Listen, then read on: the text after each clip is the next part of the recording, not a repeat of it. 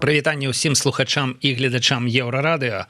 Мы ў жывым эфіры, 13 гадзіна па мінскім часе. Александр Кнырович, блогер у нашай студыі. Прывітанне, Александр. Дзень добры, Павел, дзень добры, паважаныя сябры. Разварушваем важныя тэмы і падзеі ў эканоміцы і ў палітыцы Беларусі і свету.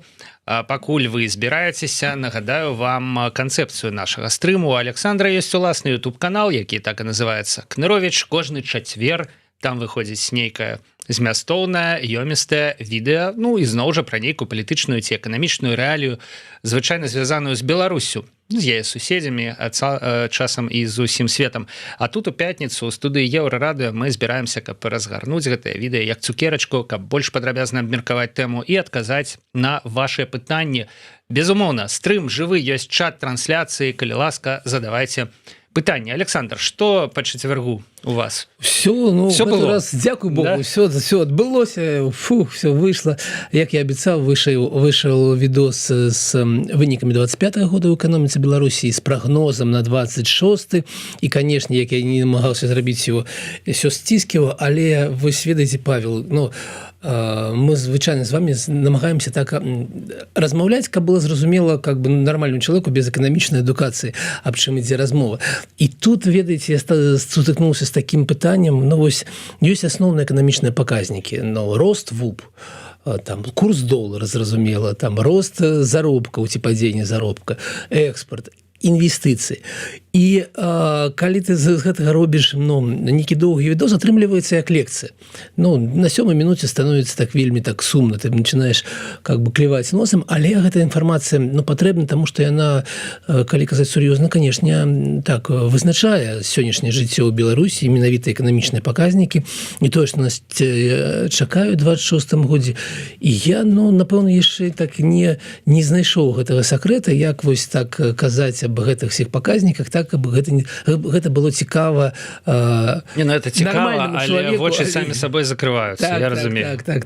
Таму вось выйшаў вось такой відос. Сэнс у тым, што, канешне, 25-й год быў годам спынення беларускай эканомікі, нягледзячы на тое, што Галоўчынка, Лукашенко, усе айда, мы будзем расці хутчэй за свет.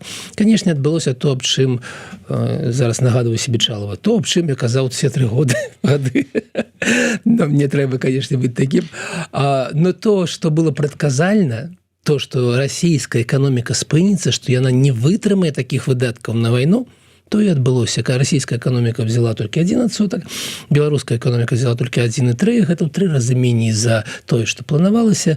И вось как бы частка відоса о тым, что адбылося, и частка відоса о том, что нас чакае в 26-м годзе. И, конечно, как бы про курс доллара таксама хацеў я не хацеў, але прыйшлося паразмаўляць. Вось такі відос выйшаў. Калі ёсць пытанні, задавайце. Як сказаў цяпер ужо былы амбасадар Беларусі ў Расіі Рагожнік, ва ўмовах ахаладжэння расійскай эканомікі. Это амаль адмоўны рост. Я згодны, вось тое, што мы там дасягнулі 2,3 там, пры запланаваных там 5, это все ж таки добры паказчык. І вось, канешне, збоку, назіраючы за тым, как вось гэта манетарныя ўлады беларускія, што яны робяць з эканомікай, так на гэта ўсё скептычна, але все ж таки яны змаглі ось гэта 3 гады пасля вайны, а да таго 2 гады пасля выбараў, неяк пратрымацца. І кошты ручное кіраванне уводзяцца там, і забараняюцца імпартныя тавары ў Беларусі там цэлымі катэгорыямі, і это смешная забарона на вываз з Беларусі там бульбы, цыбулі, то бок увогуле уявіць такое, там 5-10 гадоў таму, мы ж не першы год ужо за гэтым назіраем, немагчыма было. Але эта тактыка дзень прытрымацца, ноч прастаяць, яна па-ранейшаму дае беларускім уладам ствараць бачнасць стабільнасці і, у прынцыпе, класці ў кішэні беларусаў нейкія нармальныя заробкі, якія спрымаюцца як все ж таки той узровень калі з рондалямі на вуліцы людзі выходзіць не будуць. Слухайте, ну вы цалкам маеце рацыю. Чаму? Таму што калі пачалася вайна, не калі пачаліся санкцыі пасля пратэстаў, там все было так вельмі лайт.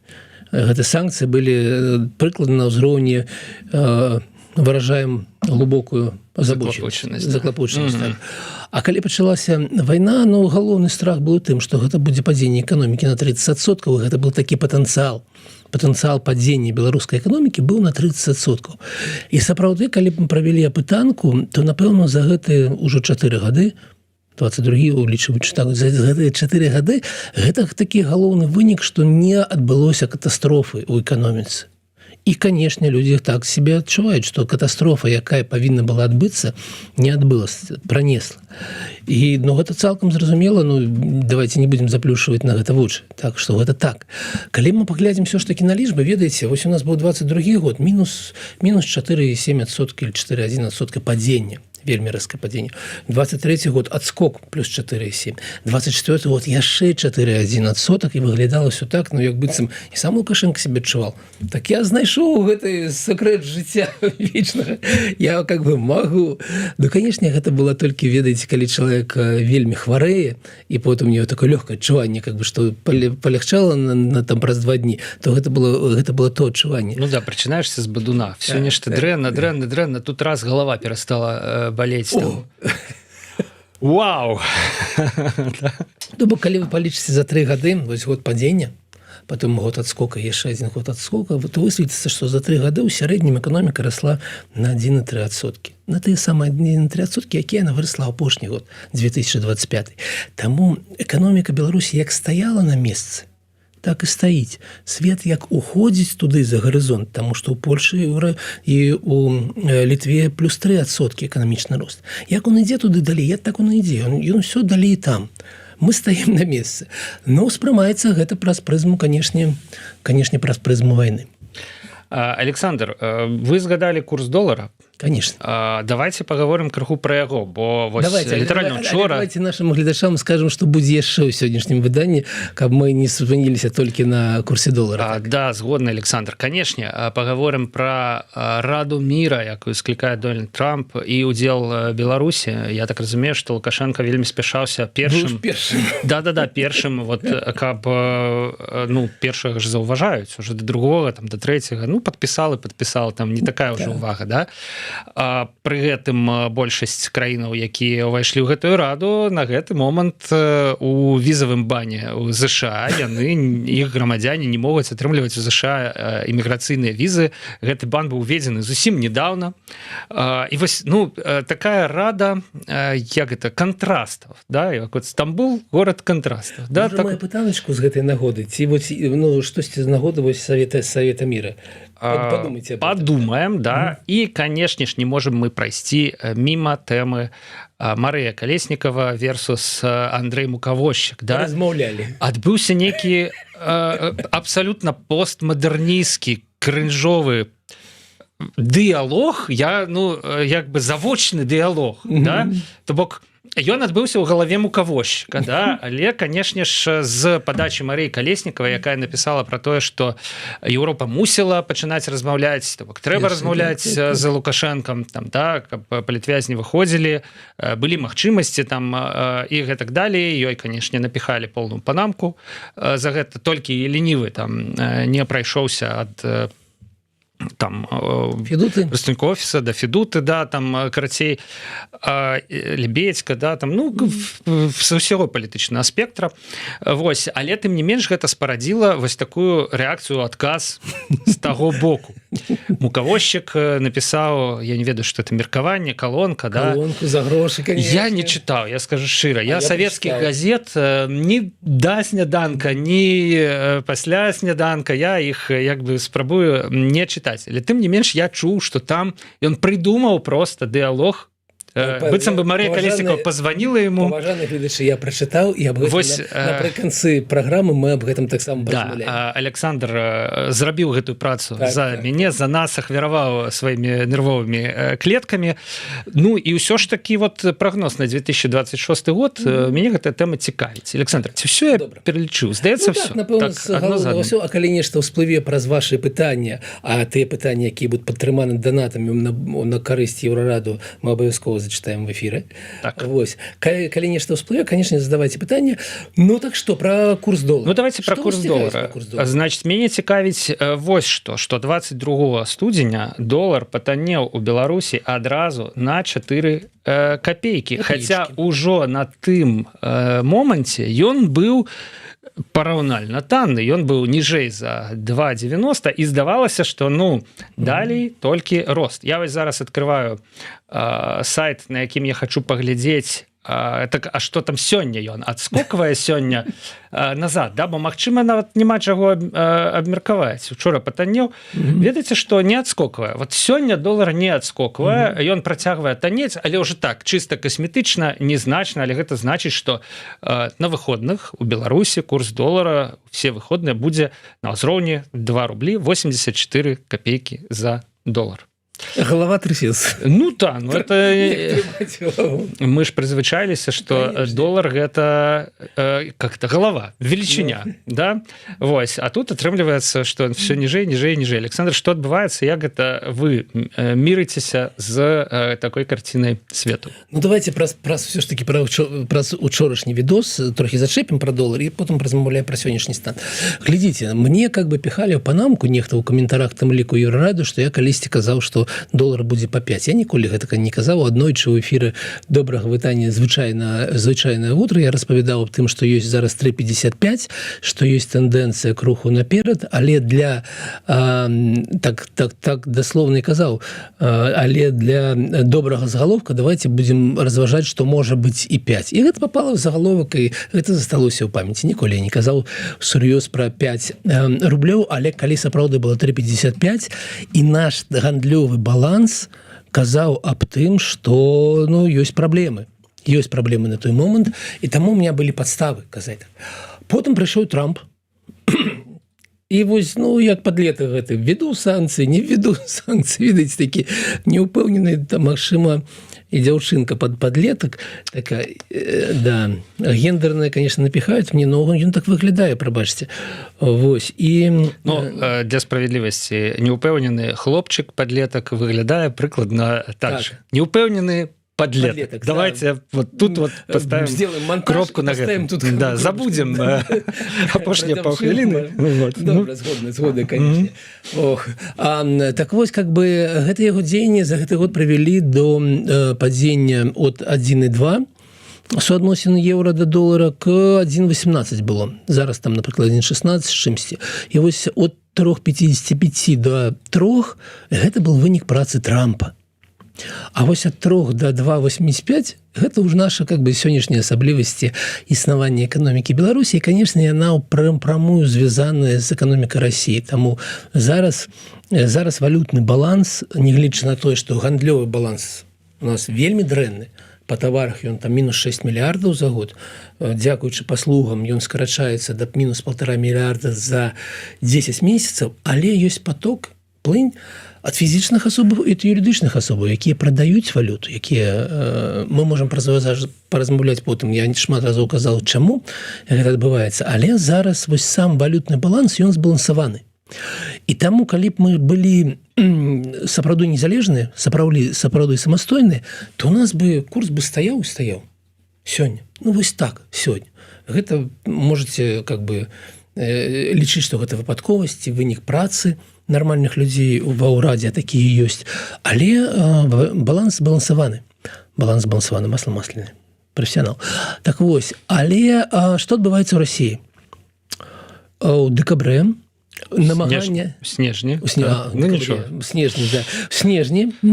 яшчэ вучыцца і вучыцца в прынцыпе я супраць декабря власна нічога не маю тому что слова это з лаціны увогуле дэцэмбр там карацей слушай снежень як і все эти септэмбр октомбр 7 8 9 10 8 але наш снежень да ён снежні атака Трампа на танкеры яго, ну, гэта ўжо было напрыканцы снежня, пачатку студзеня, і введзены санкцыі супраць Расіі і ціск на Расію прывёў да таго, што скарацілася валютная выручка. Вельмі значна скарацілася валютная выручка, а гэта, ў сваю чаргу, прывяло да таго, што тыдзень таму Расія пачала максімальна актыўна за весь час прадаваць свае золатавалютныя рэзервы.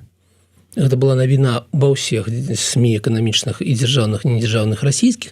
І, магчыма, мы зараз назіраем вось гэтае ваганне, таму што яны прадалі трохі болей, чым збіраліся. То бок гэта как бы гэта такая інтэрвенцыя з боку расійскіх уладаў на падтрыманне валютнага баланса там у Расіі. І там адбываецца вось гэтае малое ваганне. Гэта, конечно, не азначае, што мы пабачым там 2,5 ні ў коім разе, але вось часовая мы можам вось такую знайсці для сябе такое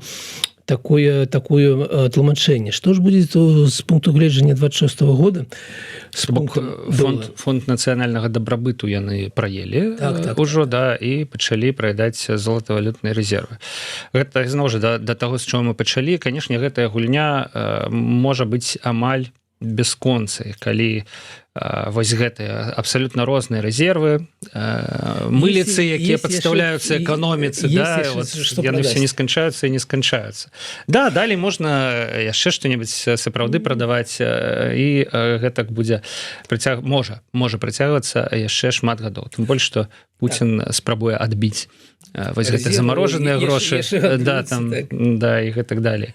Ведаеце, ну, калі мы все-таки скончым на тым, што плануецца на 26 год, то трохі турбуе, канешне, дзірка ў балансе, якая нарастае у Беларусі. Яна не канстанта, яна не з'яўляецца пастаяннай, яна падрастае. Але пакуль яна не выглядае небяспечнай. А вось і как бы калі мы кажам пра расійскі рубель, то як я казаў, ён зараз збалансаваны.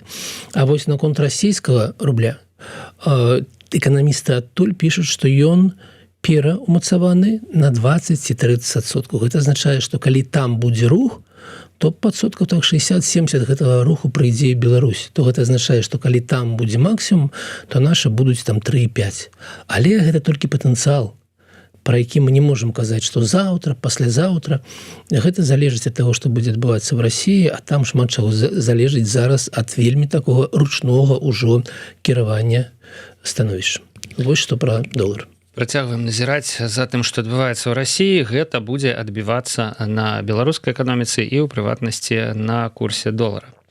Вось згадаў я пра гэтыя замарожаныя расійскія актывы за мяжой, і адна з прапановаў, якую Пуцін зрабіў апошнімі днямі, гэта каб Дональд Трамп взяў внёсак у 1 мільярд долараў для вступлення Расіі ў Раду міра в якасці пастаяннага удзельніка якраз вось гэтых замарожаных актываў. Як бы так не дастанься ж ты нікому, да, ну, толькі задаволенаму Трампу, які пакладзе, я не ведаю там нават куды, в бюджэт гэтай арганізацыі, в сваю кішэню, в бюджэт США, там яшчэ 1 мільярд долараў. Я нагадаю просто, што увогуле абмяркоўваецца, што гэтыя актывы мусяць быць перададзены ў Украіне. Да? Ну вось, каб не перадаваць іх Украіне, прынамсі іх частку, Пуцін гатовы з барскага плеча 1 мільярд кінуць вось на гэтую справу. Беларусь, я так разумею, плаціць мільярд не збіраецца. Так. Да, гэта азначае, што яна просто чыста сімвалічна ўвойдзе ў гэтую раду на 3 гады, то бок на тэрмін паўнамоцтва Трампа. Ідэю я вось гэтай арганізацыі разумею менавіта так, і тым не менш войдзе. Тым не менш МЗС Беларусі, калі гэтая прапанова паступіла увайсці ў гэтую раду, напісаў, што гэта прызнанне асабістых заслуг Лукашэнкі і міжнароднага аўтарытэта Беларусі. Ну, праз некалькі гадзінаў Лукашенко падпісаў, што Беларусь у гэтую раду уваходзіць. Александр, як вот вы думаеце, што это, для чаго гэта? Гэта чыста для того, каб Трамп зарабіў яшчэ некалькі мільярдаў долараў, ці гэта сапраўды нейкая супрацьвага доўгатэрміновая тым міжнародным установам, якія сёння працуюць, типа ААН, типа АБСЕ, якія уласна забяспечваюць сусветны парадак, і гэта дзеянне у прынцыпе лагічна, якое ідзе па перапісванні, па перарабленні гэтага міжнароднага парадку, які існуе цяпер. Складанае пытанне, разумею. Я разумею. Гэта герпес. Вось ведаеце, калі да чалавека прычапіўся герпес, то яго вельмі цяжка вывесці до конца. Александр сёння, яго метафоры сёння, яны прямо вот такія. Золотой фонд жорсткія. Трамп не ўпэўнены ў сабе падлетак. Рада міра гэта герпес. Да? Ці у прынцыпе герпес гэта ж вірус. Так. У прынцыпе, да, то бок ясна, да. Ёсць у нас адзін вірус, безумоўна, да. Вось, але як гэта сказаць, можа быть, не сама рада, да, а все, што адбываецца навокал, гэта вот вірус, да? Так. Няма цела. Я в якім сэнсе, глядзіце, вы сказалі аб тым, што вось пройдзе 3 гады, у Трампа скончыцца кадэнцыя, і все, ну, мы вельмі добра сказаў прэм'ер-міністр Канады, мне вельмі спадабалася, калі казаць сур'ёзна, і тое, што сказаў прэм'ер-міністр Канады на форуме в Давосе, і тое, што казаў Зеленскі, вось сапраўды тыя людзі, якіх, ведаеце, трэба уважліва слухаць. Ён казаў аб тым, што мір змяніўся, не трэба заплюшчваць вочы.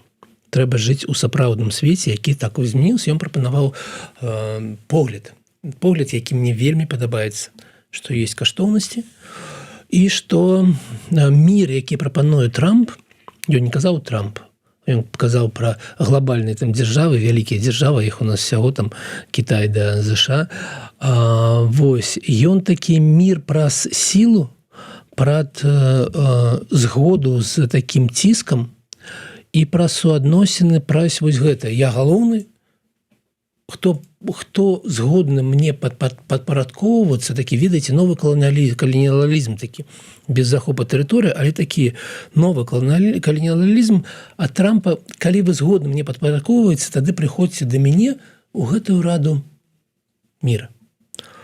І вось гэта прапанова, і Лукашенко першы, які згодны рабіць тое, што кажа Трамп. Але в чым небяспека? В тым, што Трамп-то как бы себе уяўляе, што калі ён не будзе прэзідэнтам, не застанецца прэзідэнтам гэтай рады міра. І не будзе ўплываць на свет. ВНС, да? Да, і вельмі трудно будзе, чаму параўноўваў з герпесам, таму што будзе вельмі трудно вывесці как бы гэты герпес з арганізму всяго сусвета. А што ж казаць пра саму арганізацыю, то, канешне, Лукашенко не знаходзіцца ўдваіх з Трампам гэтай арганізацыі, прапановы былі накіраваны то 60 ці 80 краін. 60, я читал. 60 краін, то... Без Китая, причым, што цікава, да? Але тым не менш. Вось, зараз пагадзіліся 18 краін, сярод іх, наколькі я веду, 2 еўрапейскіх, гэта Венгрія і Балгарія, я не здзіўлены, але... Еўрасаюзаўскія. Беларусь таксама еўрапейская краіна. Давайте. 3 еўрапейскія. 3 еўрапейскія краіны, так, а Расія не лічыцца. А я Расію, вот, а яна пагадзілася, да? Не ведаю, но была ж прапанова, заберите мільярд адтуль. Расія это не еўрапейская. Слушай, было 3. Замест Беларусі вписали Бельгію. Да. Это было, конечно. 3 астатнія, як Павел сказаў, ужо вялікая частка з іх не маюць сёння суадносін з ЗША, не могуць атрымаць туды візу, там всякія ёсць цікавыя краіны. Вось. І, канешне, я не бачу ў гэтым, ведаеце, гэта правакацыя супраць ООН, супраць НАТО, супраць вось такіх класічных міждзяржаўных устаноў. Канешне, я ў гэтым не бачу ніякай перспектывы. Чаму? Таму што некая арганізацыя, пабудаваная на адной асобе, а будзем казаць шчыра, Арганізацыя, пабудаваная на адной асобе на Трампе, яна выглядае, як асоба памрэ, так нічога не будзе далей. А Трампу недолго засталося. Калі я амаль жартую, канешне, но чалавек у вельмі сталым узросце. Вось. І, канешне, такія арганізацыі ў сённяшнім свеце не працуюць. Яны могуць нарабіць шмат такога гвалта, кажется, яны могуць штосьці паспрабаваць зрабіць праз ціск, але у ёй няма ніякай перспектывы. І, канешне, галоўнае, як будзе выглядаць, ведаеце, заседанне гэтага савета. Уявіце себе 18 краін, сярод якіх 15 краін супраць Амерыкі. Яны так супраць інакш, США, так ці інакш, так? І вось галасаванне. Галасаванне 15 супраць 12 супраць 4. Што будзе рабіць Трамп, калі яго савет галасуе супраць яго рашэння? Цікавая ідэя. Разводіцца. Што ён будзе рабіць? Арганізацыя, гэтыя краіны паламались. Давайте іншыя. Несіце новы краін. Я да чаго? Да таго, што гэта наступная правакацыя. У Трампа такія правакацыі раз на месяц адбываюцца, мы бачым як гэта, і з гэтым нам жыць ці да кастрычніка гэтага года, калі адбудуцца выбары в Кангрэс, а Трамп на гэтым, ведаеце, удалося, ён хлусіў наконт становішча ў ЗША направа і налева. Ён там напрост кажа, што мяне любяць людзі ў ЗША. Ведаеце, апытанкі кажуць зусім адваротнае. Яго зусім не любяць людзі ў США, таму што ён робіць не тое, што ён абяцаў. Вось. Таму нам жыць з гэтым ці да кастрычніка гэтага года, ці яшчэ 2 з чымсьці гады. І глядзець на вось гэтыя яго штомесяц новыя ідэі з Грэнландзіі гэтай, вось з Саветам міра і ўсё астатняе. Но самае галоўнае, я падкрэслю, што самае галоўнае. Вось выступ прэм'ер-міністра Канады. Ён казаў аб тым, што мы не згодныя з такім светам. Мы згодныя з тым, што той свет, якім былі дамовы, якім была права не сіла, а права пагаднення, права закону. Так ён працаваў не вельмі добра. І мы шмат калі заплюшчвалі вочы на тое, што мы пагадзіліся, а хтосьці там дзесьці штосьці робіць дзеля таго, каб выконваць агулам гэтыя дамовы. Але зараз адбылося так, што гэты свет скончыўся, і нам трэба жыць у іншым свеце. І ці будзе некая кааліцыя краін, пабудаваная на тых самых каштоўнасцях, якія існуюць уже некалькі дзесяцігоддзяў, а можа і стагоддзяў, да? Ці будзе гэтая кааліцыя краін, ці будзе кааліцыя сярэдніх краін? Гэта нагадвае такі, відаць, прафсаюз. Вельмі лёгка нанимателю ціснуць на аднаго працоўнага і немагчыма ціснуць, калі ёсць прафсаюз. Ці будзе гэты прафсаюз сярэдніх краін, і тады яны будуць такой же самай сілы, як і Трамп, ці яго не будзе. Але прэм'ер Канады кажа менавіта пра тое, кажа пра захаванне каштоўнасцей, і я бачу шмат у якіх лідараў сусветных, не такіх вялікіх, як Трамп, значна больш сціплых, інтэлігентных і спакойных. Вось такі погляд на свет, таму я прапаную вось так глядзець на гэта ўсё. Ввогуле, паслухаўшы вас, я падумаў, што ідэя сабраць всіх галаварэзаў і адчоліць іх. Яна в плане усталявання нейкага міра ці там парадку, яна не такая ўжо і благая. Гэта мне, канешне, нагадвае Кроснага бацьку, такія фільмы. Ці там ёсць працяг фільма пра Бэтмена, Пінгвін, да, серіал. І там было таксама за столом сидять все этой мафіёзі, сем'і, да, і пра нешта раюцца і дамаўляюцца паміж сабой. Цікавая ідэя, да, то бок магчыма. Дакладна такая ідэя. Калі гэтым можна было б кіраваць, да, але Александр выявіў такі разумны скепсіс, да, што галасаванне, калі яно там увогуле будзе адбывацца, яно будзе ўвесь час не на карысць Трампа, гэтыя краіны дамовяцца паміж сабой. Яны ўжо даўным-даўно дамовіліся паміж сабой, яны ўжо даўным-даўно складаюць нейкую такую зла, да, як гэта называе заходняя амерыканская прапаганда, да, просто будуць галасаваць у сваіх інтарэсах, а не ў інтарэсах Трампа. Ніякіх перспектываў, канешне, у такога аб'яднання няма. Больш за тое, вот ААН, да, яна ж зусім па-іншаму з'яўлялася. Да? То бок было у шмат якіх краінаў і, у прынцыпе, у сусветных лідараў на той час асэнсаванне, што якраз такі на нейкіх каштоўнасцях трэба пабудаваць арганізацыю. Да? То бок пагадненне, нейкая каштоўнасць, які ўсе прызнавалі. Тут у нас ёсць палітычная воля аднаго чалавека, які, у прынцыпе, і вызначае всю канфігурацыю арганізацыі. Да? Вось ён будзе і ачольваць, ён будзе нешта прапаноўваць, там, і гэтак далей, ён будзе кіраваць. Зусім іншая матывацыя. Якія каштоўнасці там стаяць?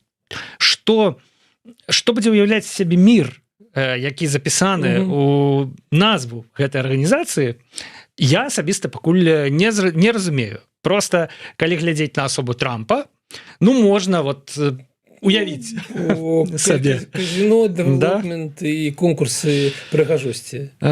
Вось будзе такі мір. І, канешне, выгодныя сделки. Выгодныя сделки для ўсіх. Ведаеце, у гэтым сэнсе я прапаную вам паглядзець на кейс ЗША, Трамп, Венесуэла трохі больш уважліва. І гэта будзе наконт каштоўнасці. Глядзіце, Трамп змяніў уладу, ну як змяніў? Ён забраў Мадура і прымусіў падпарадкоўвацца кіраўніцу Венесуэлы сабе. А потым ён пазваў сваіх кампаній буйныя, які займаюцца здабычай нафты, і сказаў: слухайце, ну я там дамовіўся, як Лукашенко, ведаеце, я дамовіўся, ідзіце працуйце. І амаль усе кампаніі сказалі: не пойдзем. Пытанне, чаму яны? Яны кажуць: слухайце, нас 2 разы там уже абрабавалі.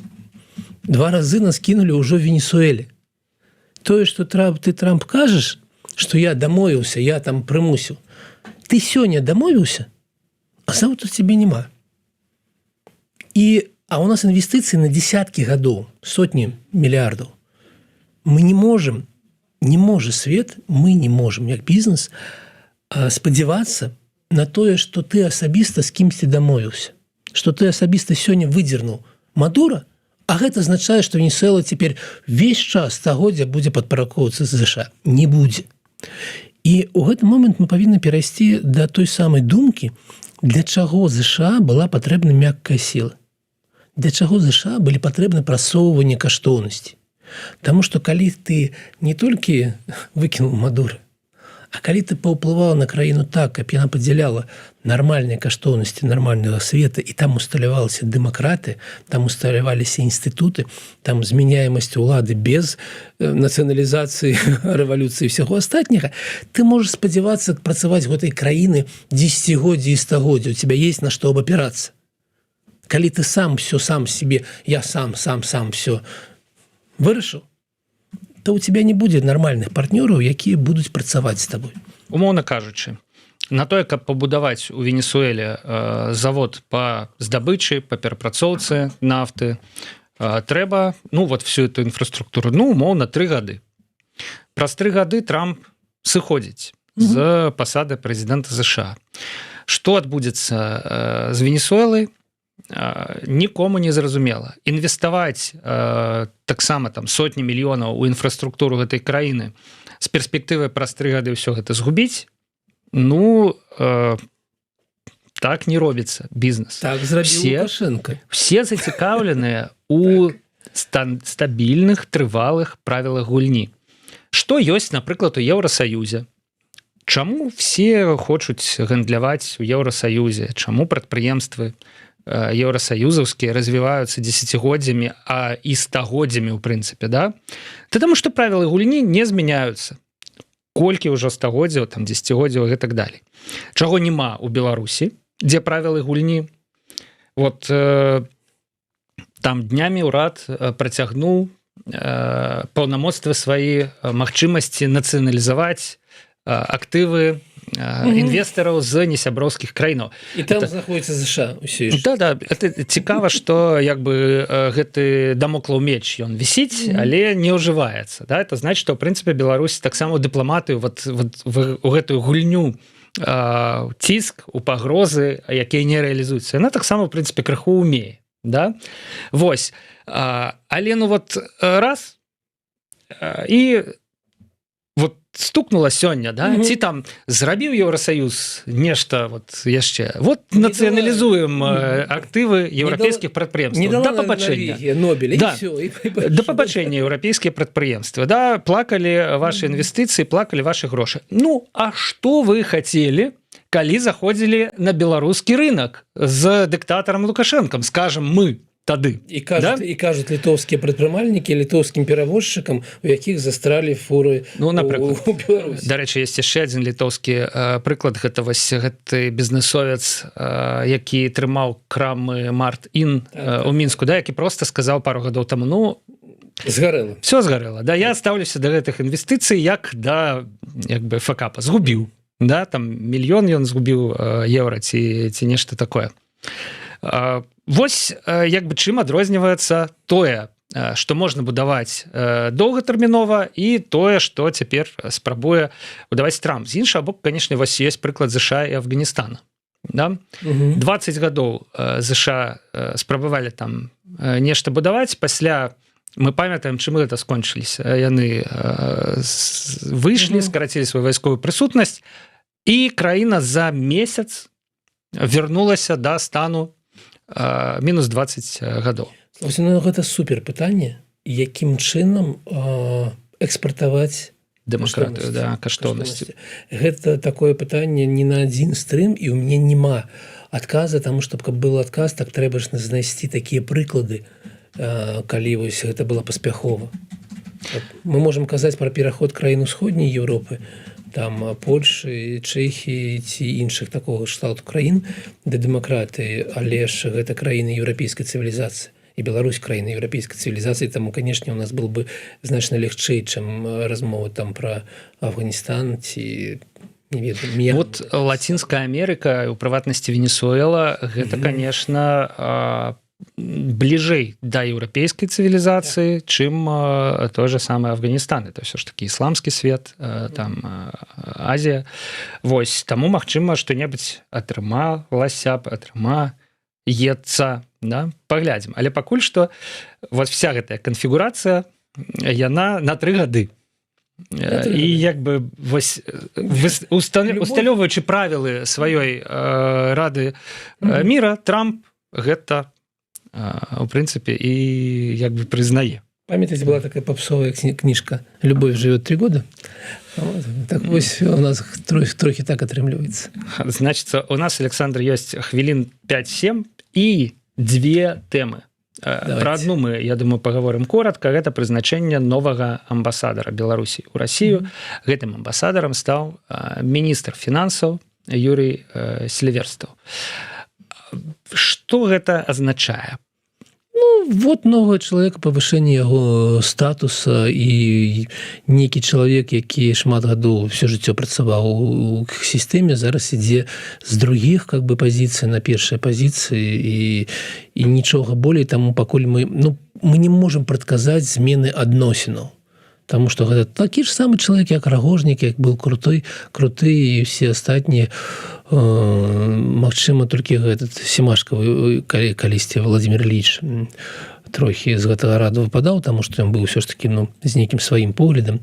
А все астатнія гэта такі шэраг, і мы можам казаць толькі пра некую такую кулуарныя какие-то рухі, крокі наперад для самога как бы товарища Селіверстаў, но нічога болей, таму што мы не можам праз гэта казаць пра змену парадыгмы адносін Беларусі з Расіі, пра некае памяншэнне ці павелічэнне значнасці Расіі для Беларусі. Гэта толькі такое номенклатурнае перасоўванне і не болей за тое. Ну, я б сказаў, што гэта чалавек, які падыходзіць для гэтай пасады. Па-першае, улічваючы, што зрабіць што-небудзь на ёй, неяк паўплываць, сапраўды вельмі цяжка. Бізнесы, яны самі больш-менш паспяхова прабіваюць сабе дарогу на расійскі рынок. Амбасадар тут, што ён можа можа пераўпэўніць улады таго ці іншага расійскага рэгіёна набыць яшчэ 20 аўтобусаў ці 40 грузавікоў.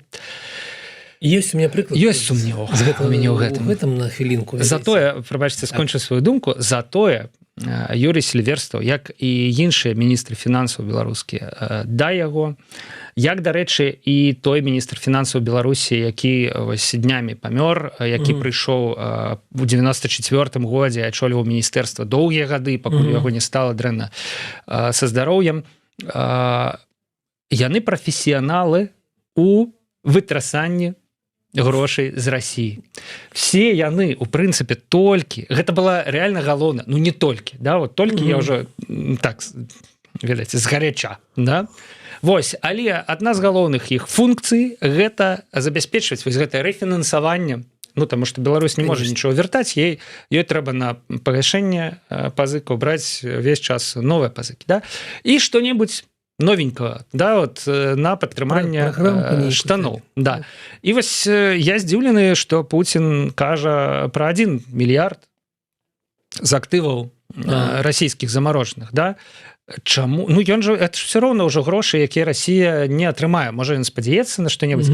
Ну, вот, не дапрацаваў нешта папярэдні амбасадар. Ці это вот адбылося в міжамбасадарны перыяд, калі не было, значит, вось гэтага прадстаўніка, да? Ну, трэба, каб ён сказал пра 2, что Россия со своих замороженных активов и за Беларусь может заплатить. Какая разница? Все равно это уже сгорело. Это уже нема. Рано ці поздно там Бельгію пераламаюць праз калена, якая блакуе перадачу гэтых актываў Украіне там, і яны знікнуць, згараць, да?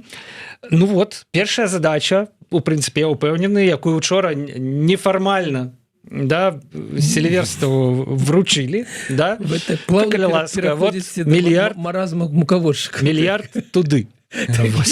Александр, прабачце, я перабіў вас, у вас была нейкая думка, вот я...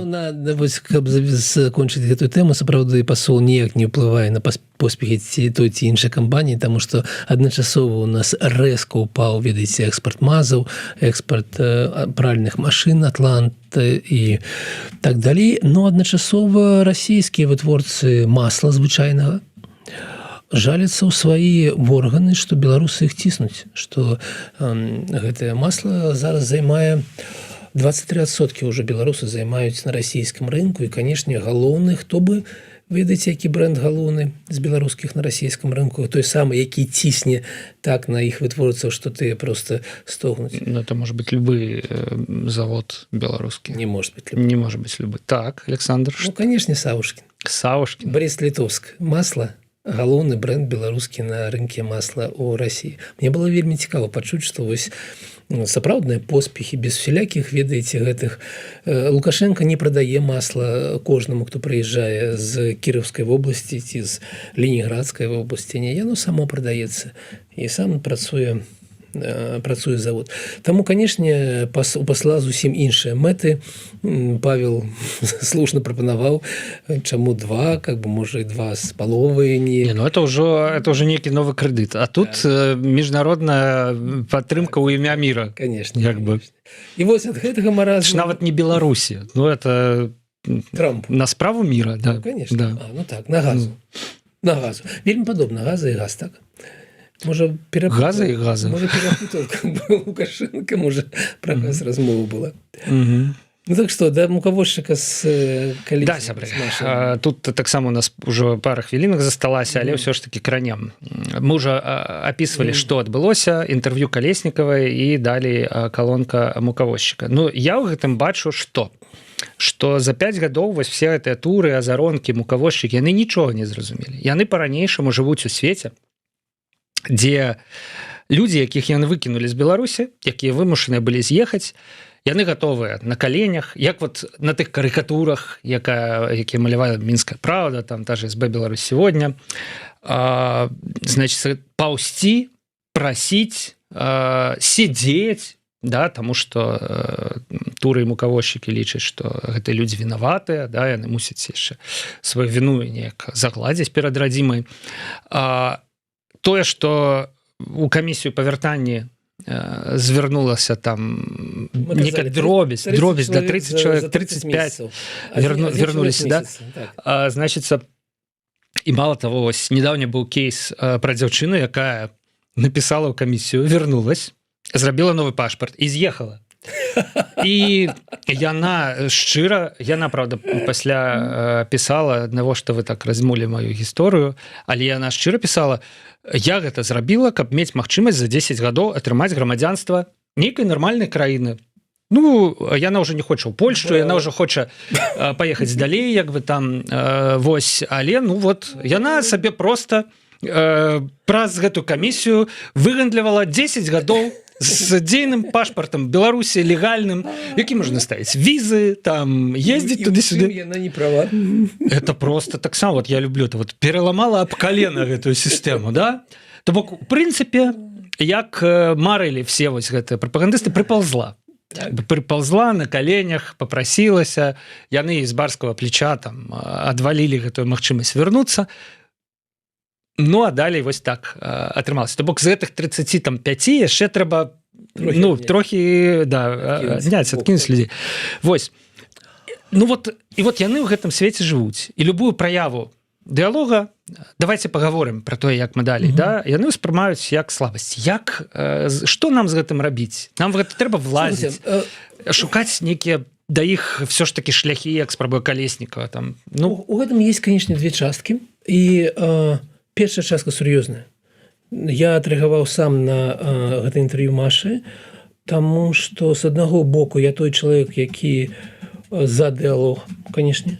І я нагадаю, мой сябра Егоров 1,5 гады таму сказаў аб тым, што ён бы змяніў прыезд паслоў Еўразвяза ў Мінск на масавае вызваленне палітвязняў. Я падтрымліваю гэтую думку. Я ўвогуле за дыялог, каб Беларусі было лепей, а не горш. Я вельмі жадаю, каб улада Беларусі змянілася таму, што людзі абралі іншую ўладу, а не таму, што ў Беларусі адбылася некая крыза, што людзі выйшлі на вуліцы і змяняюць ладу вось гэты гвалт. Я за тое, каб было нармальна, таму я за дыялог. Таму я ў любым выпадку за тое, каб размаўляць у тым ліку і з Турам, і з Мукавошыкам і так далей, таму што я за будучыню Беларусі. Мне падаецца, у Беларусі ёсць шмат чаго зрабіць лепей, чым ёсць зараз. Але я напісаў артыкул малы в Фейсбуку, што ўсё гэта добра, але Еўропа і ЗША знаходзяцца ў розных пазіцыях. На межах ЗША не ідзе вайна, не гінуць людзі, і таму ЗША можа себе дазволіць значна больш суадносінах з Лукашэнкай, чым Еўразвяз. Вайна ідзе ў Еўропе, амаль у Еўразвязе, на мяжы, і таму прапанова размаўляць Еўропе з Лукашэнка будзе мець месца тады, калі будзе перамір'е. Да гэтага амаль немагчыма, ну і, канешне, я лічу, што гэта вельмі такі памылковы крок з боку Машы, але яна была за кратамі, яна не адчувае вось гэта наше становішча, вось гэта 5 гадоў, у якім мы пункце знаходзімся. Што ж датычыцца Мукавошыка? Ну, ведаеце, хто такі Мукавошык? Мукавошык, чалавек, якого людзі перасталі чытаць і слухаць уже некалькі гадоў. Галоўны прапагандыст Тур, этот самы Заронак, такі бес на 1002 чалавек, не болей за тое. А у Мукавошыка чытаюць только как бы сябры і рэдактаркі. Но галоўнае, вось сам па сябе падыход, ведаеце, прайшло 6 гадоў. 6 гадоў з таго моманта, у якім, як лічыць Мукавошык, Лукашенко набраў 83% галасоў беларусаў. І праз 6 гадоў ён праз галоўную газету Беларусі рэагуе на то, што сказала Маша якому выданню у Великай Брытаніі. Што яшчэ можа больш так сведчыць аб тым, што нічога не скончылася, нічога не змянілася. Мукавошык прадстаўляе меншасць у Беларусі, улада сядзіць толькі на ментах і на Расіі. Што яшчэ большага можа казаць, акрамя вось гэтай рэакцыі на то, што Маша дала інтэрв'ю Financial, да? Times. Вот. Таму, канешне, яны адчуваюць сябе вельмі неўпэўнена, таму ён страляе ў розныя бакі. Яго, канешне, ён как бы сапсаваўся, ён і быў не цэлы, але сапсаваўся. Ведаеце, там нешта яшчэ пра щелі былі цікавыя ў яго такое поиск щелей. Да, мухавошчык в поисках щелей. Ну, как бы такая назва на артыкул, я не жартую. Так вось, канешне, гэта сведчыць аб гэтым, што нічога не скончылася, што яны адчуваюць сябе неўпэўнена і што праўда на нашым баку. Ці трэба размаўляць? Я бы размаўляў з усімі, таму што Беларусь у тупіку. Калі казаць сур'ёзна, няма хода ўперод у Лукашэнкі, ніякага, толькі ўтрымання. І калі мы кажам пра будучыню, то, конечно, трэба размаўляць. Ну, вось, мне здаецца, ёсць гэта 5 стадый. Да, мне здаецца, што вот гэты артыкул «Мукавозчык» это ўжо, у прынцыпе, торг. Так. У пэўным сэнсе. Да? Бок працэс пачаўся. Да? Далей, канешне, павольна. Ну, такія натугія, як бы, да? Ну, але мы ж разумеем, што гэтая тэорыя, яна непазбежная. Там дэпрэсія, торг, і все сканчаецца ўсё роўня прыняццём.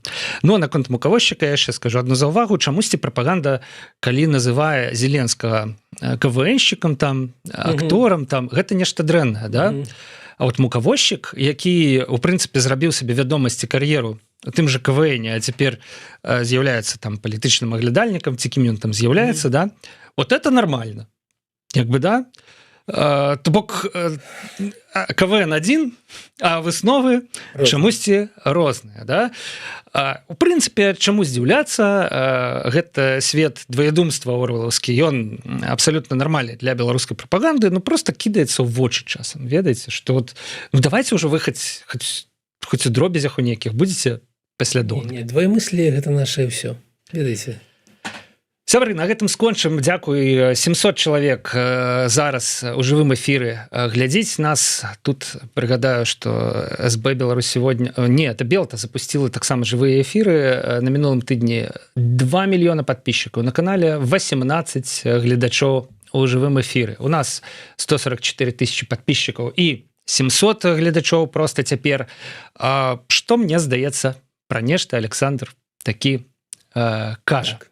В чым правда, в чым сіла? Вось яна тут, сябры, у вас, у наших з вами гледачах, Александр, у нашай аўдыторыі. Дзякуй вялікі, дзякуй, Александр. Александр Кнарович, блогер, быў у студыі Еўрарадыё, Павел Свердлоў працаваў з гэтага боку мікрафона. Ну што, праз тыдзень, сябры. Дзякуй за тое, што былі з намі, праз тыдзень сустрэнемся і все будзе добра. Да пабачэння.